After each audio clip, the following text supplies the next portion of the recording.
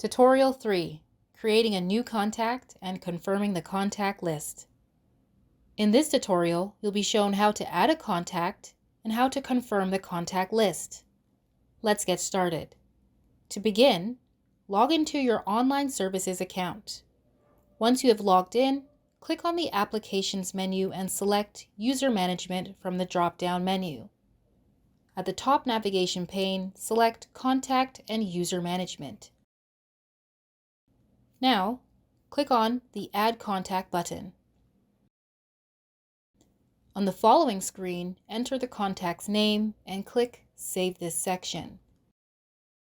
This will now allow you to enter the contact address, primary phone number, and email address.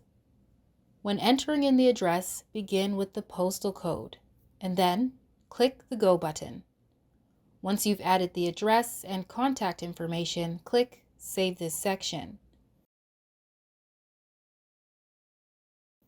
With the contact saved, the system will now allow you to add contact roles. To add a contact role, click Edit this section at the top right of the Specify Rules for Contact.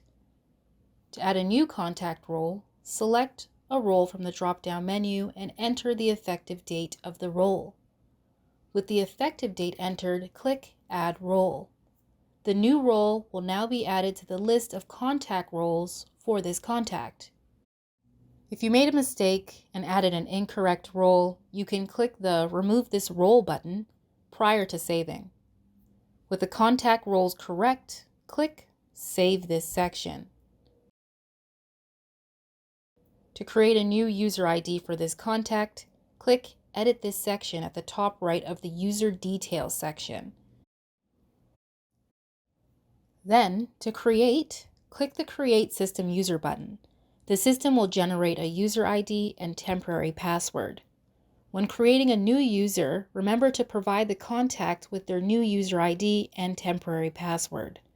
The temporary password will remain in the User Details section until the user has logged in for the first time and changed it. Once they have changed their password, the temporary password field will be blank. With their user ID created, the system will now allow you to add user roles. To add a new user role, click Edit this section at the top right of the Specify User Roles. To add a new user for this contact, select a role from the drop-down menu and enter the effective date. With the effective date entered, click Add Role. The new role will be added to the list of user roles for this contact. And, again, if you made a mistake and added an incorrect role, you can click the Remove this role button prior to saving. With all the user roles correct, click Save this section. Once you have completed adding the contact information, click Done at the bottom of the page and log out to end your session. When adding new contacts, depending on the type of contact roles added, you may have to confirm the contact list. The contact list can only be confirmed by a user assigned with the signing authority role. To confirm the contact list, click the View Confirm button at the top of the page. A list of contacts will be displayed.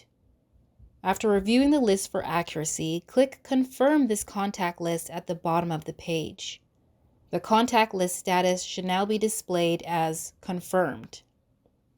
Toronto Children's Services requires the contact list to be confirmed at least once a year, and a list must be confirmed before a budget can be submitted.